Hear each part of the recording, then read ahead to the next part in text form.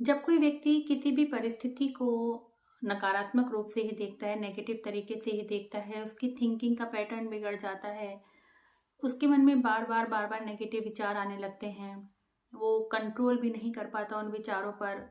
वो जानता है कि ये विचार गलत हैं और मेरे आज से इन विचारों का कोई भी लेना-देना नहीं है, लेकिन फिर भी वो उन विचारों को काबू नहीं कर पाता और परेशान रहता है। एक तरह से ये कॉग्निटिव डिस्टॉर्शन है, जिसमें व्यक्ति के जो कॉग्निटिव पक्ष हैं, उसका चीज़ों को सोचने समझने का तरीका, देखने का नज़रिया, डिसीजन लेने का तरीका, चीज़ों के ऊपर विचार करने का तरीका, सब कुछ या कुछ चीज़ों को देर तक याद रखने का तरीका, सब कुछ विकृत हो जाते हैं, यानी डिस्टॉर्ट हो जाते हैं। व्यक्ति ना चीज़ों को समझ पाता है और ना ही अपने कामों को सही से कर पाता है। लेकिन ये कॉग्निटिव डिस्टॉर्शन होता क्यों है? कई बार व्यक्ति लंबे समय से कुछ बीमारी से घिरा हुआ है, तो भी व्यक्ति के कॉग्निटिव पक्ष पर असर पड़ सकता है। कोई पास्ट एक्सपीरियंस उसका खराब रहा हो, जिससे वो अभी तक बाहर नहीं निकल पाया हो, उसके कारण उसके विचार प्रभावित हो सकते हैं। लंबे से समय से चल रहे स्ट्रेस के कारण, या कई बार व्यक्ति कॉग्निटिव डिस्टॉर्शन सीख भी लेता है, क्योंकि कंडीशनिंग एक ऐसा प्रोसेस है मनोविज्ञान के अंदर जो ये बताता है कि व्यक्ति को व्यवहार सिखाया जाता है। तो इसी प्रकार हम सामान्य व्यवहार के साथ असामान्य व्यवहार को भी करना सीख लेते हैं। तो यदि व्यक्ति किसी ऐसी परिस्थिति में रखा जाए जहां उसको बार बार मजबूर किया जा रहा है, या जहां वो ऐसा कुछ देख रहा है, तो भी उसके जो विचार करने का तरीका है वो प्रभावित हो सकता है और इस वजह से उसकी लाइफस्टाइल पर असर पड़ता है। लेकिन यदि यही कॉग्निटिव डिस्टॉर्शन पर वर्क किया जाए, प्रयास किया जाए इसको दूर करने का, तो व्यक्ति एक सामान्य जिंदगी जी सकता है।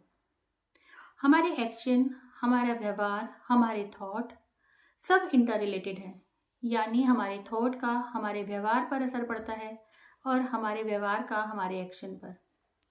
तीनों आपस में इस तरह से कनेक्टेड हैं कि किस तरह से एक दूसरे को प्रभावित करें ये कहा भी नहीं जा सकता। हमारे विचार, हमारे व्यवहार और हमारे सोचने का तरीका, तीनों ही एक दूसरे को प्रभावित करते हैं। एक ही परिस्थिति तीन व्यक्तियों के लिए अलग अलग हो सकती है, या यूं कहें अलग अलग व्यक्तियों के लिए अलग अलग हो सकती है। उदाहरण के लिए यहाँ पर हम तीन व्यक्तियों का लेते हैं। तीन व्यक्ति हैं जो बस से अपने ऑफिस को जा रहे हैं और बस स्टॉप से बस में सवार हुए, लेकिन आज वो बस उस स्टॉप पर उतरी ही नहीं या रुकी ही नहीं जहां से उनको ऑफिस के लिए जाना था। अब वो तीन व्यक्ति उस सिचुएशन को अलग अलग तरीके से सोच रहे हैं। एक व्यक्ति बहुत परेशान हो रहा है ये सोचकर कि आज तो मेरी बहुत इंपॉर्टेंट मीटिंग थी और आज ये बस स्टॉप पर नहीं रुकी और मुझे देर हो गई और अब मेरा बहुत लॉस हो जाएगा, अब मैं क्या करूं।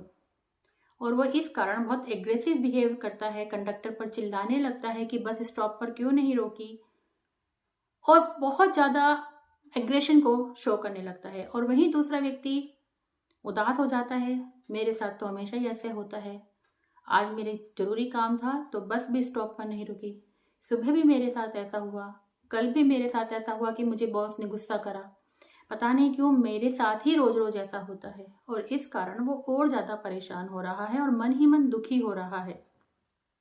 तीसरा व्यक्ति उसी सिचुएशन को सोच रहा है कि ठीक है, आज मैं 10 मिनट लेट हो जाऊंगा, पर मैं 10 मिनट ज्यादा रुककर अपने काम को सही तरीके से कर लूंगा। ठीक है, बॉस थोड़ा नाराज होंगे, लेकिन मुझे अपना काम सही तरीके से करके देना है, तो बॉस थोड़ी देर में शांत भी हो जाएंगे। आज मैं देखता हूँ कि बस कहाँ कहाँ कौन कौन से स्टॉप पर रुकती है। अब जो भी हो, ये समय तो बिताना ही पड़ेगा, तो मैं थोड़ा इस जर्नी को भी एंजॉय करता हूँ और थोड़े समय बाद अपने ऑफिस पहुंचकर अपने काम को मैं खुद से ही पूरा कर लूँगा। चलो अब इसको शांति से डील करते हैं। तो एक ही परिस्थिति है जिसे तीन व्यक्तियों ने अलग अलग तरीके से सोची और अलग अलग तरीके से डील करी, और उनका कॉग्निटिव एस्पेक्ट जो है वो भी अलग अलग तरीके से प्रभावित हुआ। उसके कारण उनके व्यवहार, एक्शन दोनों ही प्रभावित हुए। तो ज़रूरी है जब जब हमारे मन में नेगेटिव विचार आए, जब हम चीज़ों को नेगेटिव तरीके से देख रहे हों या परेशान हो रहे हों, उस समय शांति से ये सोचना कि ऐसी स्थिति में एक नॉर्मल व्यक्ति क्या व्यवहार करेगा। जब व्यक्ति के अंदर कॉग्निटिव डिस्टॉर्शन जैसी प्रवृत्ति देखने को मिलती है, तो वो चीज़ों को या परिस्थिति को ओवर जनरलाइज करने लगता है, यानी एक परिस्थिति को दूसरी परिस्थिति से लिंक कर देता है। यदि उसके साथ किसी एक परिस्थिति में कुछ गलत हुआ तो वो दूसरी परिस्थिति में भी ऐसा सोच लेता है कि मेरे साथ तो ऐसा होता ही रहता है, तो इसमें भी मेरे साथ ऐसा ही होगा। हर परिस्थिति का बुरा परिणाम व्यक्ति को फील होता है, उसको विश्वास ही नहीं होता या वो ये मानना ही नहीं चाहता कि मेरे साथ जो है सही भी हो सकता है और हर सिचुएशन मेरे लिए बुरी नहीं है। वो चीज़ों को अपने ऊपर ले आता है, अपने ऊपर सोचने लगता है कि ये जो कुछ भी हो रहा है ये मेरे कारण हो रहा है क्योंकि मैं गलत कर रहा हूँ। तो एक तरह से देखा जाए कॉग्निटिव डिस्टॉर्शन के कारण व्यक्ति सेल्फ डाउट से भी घिर जाता है और हर परिस्थिति का व्यक्ति नेगेटिव पक्ष को देखता है। मतलब अगर परिस्थिति में कोई भी परिस्थिति पॉजिटिव एस्पेक्ट पे लिए होती है और नेगेटिव पे, लेकिन व्यक्ति का जो ध्यान जाता है वो परिस्थिति के नेगेटिव पक्ष पर ही ज़्यादा जाता है और व्यक्ति परेशान होता रहता है। तो जरूरी है इस कॉग्निटिव डिस्टॉर्शन को रोकने की, यानी बार बार मन में आ रहे नेगेटिव विचारों को लगाम लगाने की, ताकि वो व्यक्ति की लाइफ स्टाइल को और उसके कामों को प्रभावित ना कर सकें, नेगेटिव रूप से प्रभावित ना कर सकें। इसीलिए सीबीटी प्रैक्टिशनर वर्क करते हैं व्यक्ति के कोर बिलीव्स पर, जो कारण है, जो जड़ है उसके नेगेटिव थॉट्स का, नेगेटिव थिंकिंग का, उस पर काम करके व्यक्ति के साथ ये प्रयास किया जा सके कि वो अपने विचारों को बदल सके और उन्हीं विचारों का पॉजिटिव जो साइड है उसको व्यक्ति फील कर सके और महसूस कर सके और अपने व्यवहार में उतार सके।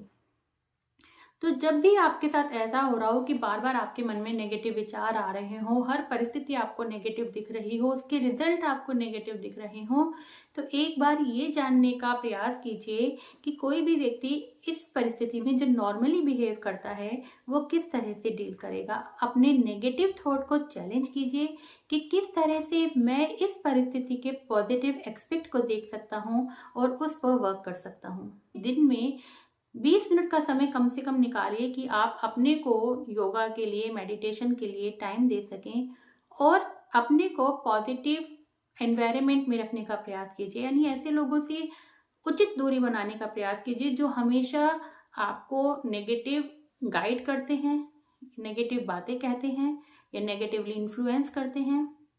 बल्कि ऐसे लोगों के साथ ज़्यादा रहने का प्रयास कीजिए जो लाइफ में चैलेंज फेस करते हैं, बड़े बड़े चैलेंज फेस करते हैं और उन्हें बहुत शांति से डील करते हैं।